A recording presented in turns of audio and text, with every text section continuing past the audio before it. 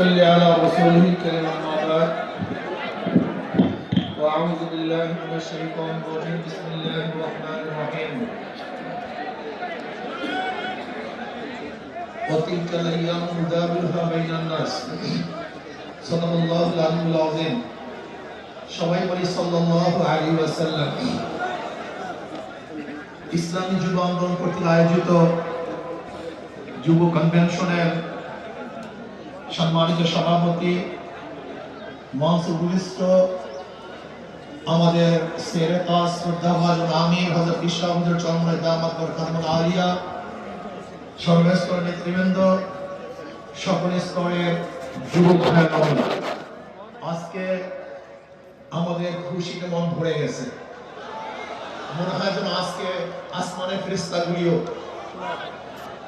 এই যুব কনভেনশনের উপস্থিতি দেখে তারা খুশিতে আত্মহারা।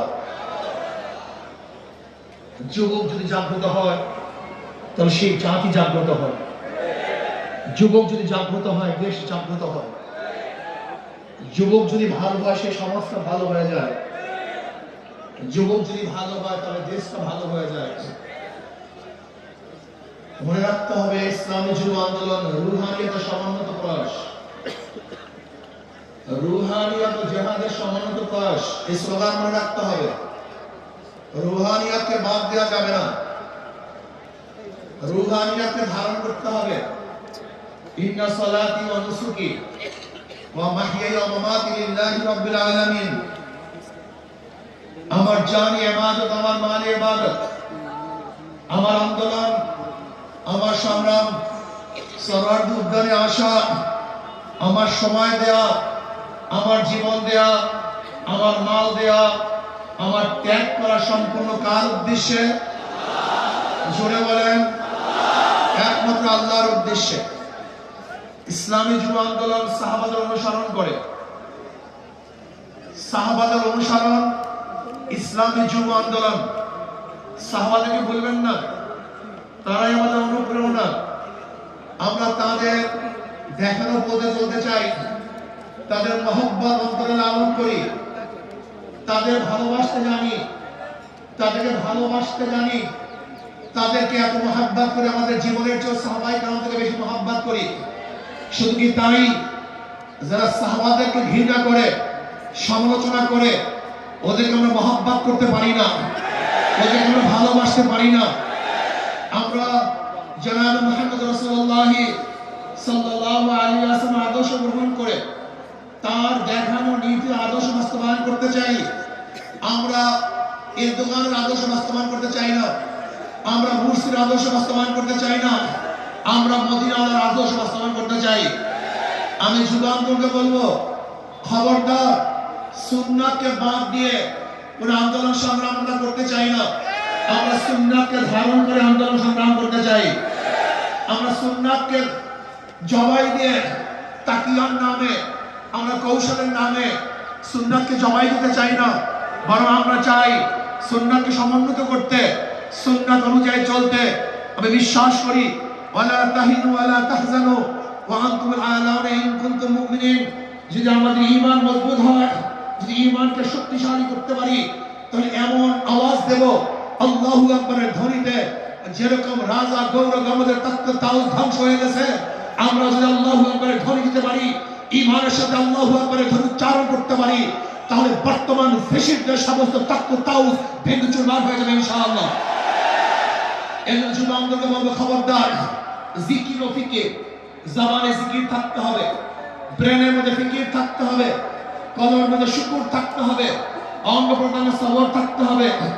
মনে রাখবেন, রুহানিয়ত ও জিহাদের সমন্বিত প্রয়াস। রুহানিয়তকে বাদ দিয়ে কোনো জিহাদ আমরা চাই না। রুহানিয়তকে বাদ দিয়ে জিহাদ করবেন, এটা জিহাদ হবে, সন্ত্রাস হবে। কি হবে? সন্ত্রাস হবে। যে জিহাদের সাথে রুহানিয়ত নেই, ওই জিহাদ জিহাদ না, বরং সন্ত্রাসবাদ হবে। ইসলামী ছাত্র আন্দোলন, ইসলামী যুব আন্দোলন, ইসলামী আন্দোলন বাংলাদেশ, তারা কি চায়? আল্লাহর জমিনে আল্লাহর হুকুমতের মাধ্যমে কল্যাণ রাষ্ট্র চায়। ইসলাম হুকুমত বাদ দিয়ে আমরা কল্যাণ রাষ্ট্র চাই না, আমরা ইসলাম হুকুমতের মাধ্যমে কল্যাণ রাষ্ট্র প্রতিষ্ঠা করতে চাই। আমরা বিশ্বাস করি ইসলাম হুকুমত ব্যতীত secularism, socialism, capitalism, communism, democracy কোন আদর্শ মানুষকে শান্তি দিতে পারে না, মুক্তি দিতে পারে না। একমাত্র মানুষের মুক্তির গ্রান্টি হলো ইসলাম হুকুমত। এই ইসলাম হুকুমত কায়েম করতে হবে। আপনারা জানেন আজকে অন্তর্বর্তী সরকার কিছু সংস্কার করতেছে, তার মধ্যে রাষ্ট্র সংস্কার। অবশ্যই রাষ্ট্র সংস্কার করতে হবে। কেন? আপনারা জানেন ফ্যাসিস্ট সরকার, রাষ্ট্রের এমন কোন বিভাগ নেই যে বিভাগকে ধ্বংস করে নেই, সমস্ত বিভাগকে ধ্বংস করে ফেলেছে। কাজী ধ্বংস স্তূপের উপরে সুন্দর একটা নির্বাচন উপহার দেওয়া সম্ভব নয়। আগে সংস্কার হবে, তারপরে নির্বাচন হবে। রাষ্ট্র সংস্কারের মধ্যে আমি বিচার বিভাগের স্বাধীনতা চাই, বিচার বিভাগের পূর্ণ স্বাধীনতা চাই। আজকে আমরা কি দেখেছি, সরকার পরিবর্তন হওয়ার সাথে সাথে সমস্ত আসামি খালাস হয়ে গেছে। আবার সরকার পরিবর্তনের সাথে সাথে অনেক আসামি জেলে ঢুকে ঢুকে পড়ছেন। তার মানে বিচার বিভাগ কি সরকারি ইঙ্গিতে চলে? একটা ভালো রাষ্ট্রের, উন্নত রাষ্ট্রের সবচেয়ে বড় মানদণ্ড হলো বিচার বিভাগের স্বাধীনতা। যে রাষ্ট্রের মধ্যে বিচার বিভাগের স্বাধীনতা নাই, ওই রাষ্ট্র ভালো কল্যাণমুখী একটা রাষ্ট্র হতে পারে না। এর জন্য বিচার বিভাগের স্বাধীনতা চাই, এমন স্বাধীনতা চাই বিচারকরা আইন অনুযায়ী বিচার করবে, কাউ ইঙ্গিত বিচার করবে না, কাউ দিকে দৃষ্টি করে বিচার করবে না, বরং আইনে যা আছে সেই অনুযায়ী সে রায় প্রদান করবে। এমন স্বাধীনতা বিচার বিভাগকে থাকতেই হবে। এমনকি ওই চেন্নাইকে, চিটংয়ের চেন্নাইকে সেও যদি বিচারের আওতাধীন, সেও আইনের আওতায় খালাস পায়, আমার কোনো আপত্তি নেই। কিন্তু আমিও যদি বিচারের আইনের মাধ্যমে জেলে থাকি, তাহলে আমার আপত্তি নেই। বিচার বিভাগকে স্বাধীন দিতে হবে, কাউরি ইঙ্গিতে বিচার বিভাগে চলতে পারে না। যদি বিচার বিভাগের স্বাধীনতা না থাকে, মান হাফেরা হুপেরা, তুমি যেই গর্ত খুঁজবা সেই গর্তের মধ্যে একদিন তুমিই পড়বা। এখানে বিচার বিভাগের স্বাধীনতা চাই। নাম্বার 2, সংবিধান সংস্কার। আজকে দেখেছি সেখানে প্রায় 505টা আসন রাখা হয়েছে। আসন কম হোক বেশি হোক, কিন্তু সব জায়গায় নির্বাচনের ভিত্তিতে সংসদ সদস্য হতে হবে। মহিলাদের জন্য সংরক্ষিত আসন 100, এটা আমরা মানি না। যে সংরক্ষিত আসন মহিলাদের জন্য রাখা হয়, এটা মহিলাদের সাথে বৈষম্য করা হয়, তাদেরকে দুর্বল ভাবা হয়। আমরা তো কোঠার বিরুদ্ধে আন্দোলন করেছিলাম। যদি আমার মহিলাদের জন্য কোঠা রাখা হয়, তাহলে আমরা আন্দোলন সাকসেস হই নাই। আমরা বলবো মহিলারা সরাসরি নির্বাচন করবে, নির্দিষ্ট কোনো কোঠা আমরা চাই না। কোনো মহিলাদের জন্য নির্দিষ্ট কোঠা থাকবে না, তারা নির্বাচন সরাসরি করবে। কাজেই আমি অন্তর্বর্তী সরকারকে বলবো, মহিলাদের জন্য কোনো নির্দিষ্ট আসন ইসলামী আন্দোলন বাংলাদেশ, এটা আমরা মানতে পারি না, এইটা আমরা চাই না। আমরা চাই বিকল্প বিশিষ্ট হোক, এককক্ষ বিশিষ্ট হোক, পিয়ার সিস্টেম নির্বাচন হবে, সংখ্যানুপাতিক নির্বাচন হবে। যদি সংখ্যানুপাতিক নির্বাচন না হয়, পিয়ার সিস্টেম নির্বাচন না হয়, তাহলে আবারও কালো টাকা সরাসরি হবে, পেশি শক্তি ব্যবহার করা হবে, মানুষের ভোট অধিকার প্রয়োগ করতে পারবে না, আমাদের আন্দোলন ব্যর্থ হবে। আজকে জুলাই বিপ্লবে ইসলামী আন্দোলন কি ভূমিকা ছিল আপনারা জানেন। 5ই জুলাই বরিশাল আমরা ঘোষণা দিয়েছিলাম যে ছাত্রদের বৈষম্য বিরোধী আন্দোলনের সাথে আমরা সম্পৃক্ত। শুধু কি তাই, সেখান থেকে শুরু করে এমন কোন আন্দোলন নাই, সংগ্রাম নাই যেখানে আমরা মাঠে ছিলাম না। আমরা জীবনের মায়া ত্যাগ করে রাস্তায় ঝাঁপিয়ে পড়েছিলাম। আমি বিশ্বাস করি ইসলামী আন্দোলন বাংলাদেশ যেইভাবে দলীয় ব্যানারে বৈষম্য বিরোধী আন্দোলন অংশগ্রহণ করেছে, বাংলাদেশের অন্য কোনো সংগঠন দলীয় ব্যানারে এই আন্দোলনে সম্পৃক্ত ছিল না। শুধু তাই, ইসলামী আন্দোলন বাংলাদেশের যারা শীর্ষস্থানীয় লিডার নেতা, তারাই মাঠে ছিল। কিন্তু যারা বৈষম্য বিরোধী আন্দোলনের বিরোধিতা করেছে, বলেছে যে এই সংগ্রামের সাথে আন্দোলনের সাথে আমরা সম্পৃক্ত নাই, তারা যদি আজকে নতুন ভাবে ক্ষমতা যাওয়ার স্বপ্ন দেখে, এদেশের জনগণ সেই স্বপ্ন পূরণ হতে দেবে না। সংস্কারের পরেই নির্বাচন হবে। আজকে সংস্কার করতে যারা বাধা সৃষ্টি করেছেন, আমি বলবো দীর্ঘ 16 বছর কোথায় ছিলেন? রাত ডাক সেটাই বলবো, দিন আপনারা কোথায় ছিলেন? প্রতিবাদ, ঈদের কথা বলেছেন, ঈদের পরে আমরা আন্দোলন করব, ঈদের পরে সংগ্রাম করব, ঈদের পরে সেইটা করব। হাজার ঈদ চলে গেছে, আপনারা আন্দোলন করতে পারেন নাই। কিন্তু ছাত্র জনতা আজকে আন্দোলনের ভিত্তিতে যে অর্জন করেছে, সেই অর্জনকে ধ্বংস করার চক্রান্ত করতেছেন। যে বৈষম্যের বিরুদ্ধে আন্দোলন করেছিলাম, চাঁদার বিরুদ্ধে আন্দোলন করেছিলাম, দুর্নীতির বিরুদ্ধে আন্দোলন করেছিলাম, ধর্ষণের বিরুদ্ধে আন্দোলন করেছিলাম, অবৈধ হত্যার বিরুদ্ধে আন্দোলন করেছিলাম, মানুষের স্বাধীনতার বিরুদ্ধে আন্দোলন করেছিলাম, মানুষের মুক্তির জন্য আন্দোলন করেছিলাম। কিন্তু আমরা কি দেখলাম? 5ই আগস্টের পরে আবারও চাঁদাবাজি, আবারও দখলদারি, আবারও দুর্নীতি।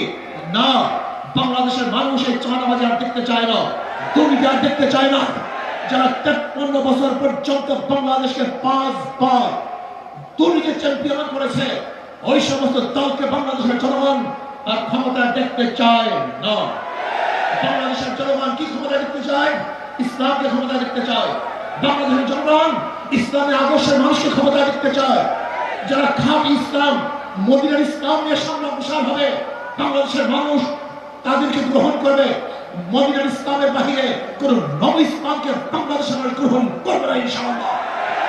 ভাই আমার, আসুন ইসলাম হুকুমাতের জন্য আমাদের সাধনা করতে হবে, চেষ্টা করতে হবে। আমাদের আন্দোলন এখন সমাপ্ত হয় নাই, আমাদের সংগ্রাম এখন শেষ হয় নাই, আমাদের যুদ্ধ এখন শেষ হয় নাই। বেশিরভাগের বিরুদ্ধে আন্দোলন করেছিলাম, এখন চাঁদাবাজের বিরুদ্ধে আন্দোলন করতে হবে, দখলদারের বিরুদ্ধে আন্দোলন করতে হবে, যারা দুর্নীতিবাজ তাদের বিরুদ্ধে আন্দোলন করতে হবে, যারা ডাকাত তাদের বিরুদ্ধে আন্দোলন করতে হবে, যারা দেশকে ধ্বংস করার চক্রান্ত করতেছে তাদের বিরুদ্ধেও আরেকবার আন্দোলন করতে হবে। আজকে ভারত আমাদের দেশকে দখল করার চক্রান্ত করতেছে।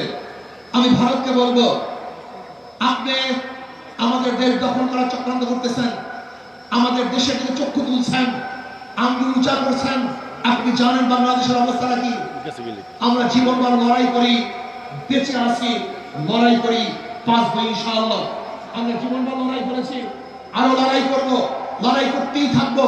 যতদিন ইসলামী হুকুমত না কায়েম হবে ততদিন পর্যন্ত ইনশাআল্লাহ মাঠে থাকবো, ময়দানে থাকবো। প্রিয় ভাইরা আমার, আগামী নির্বাচন আসতেছে, নহে সমাপ্ত কর্মমদের অবকাশ কোথায় ইসলামের।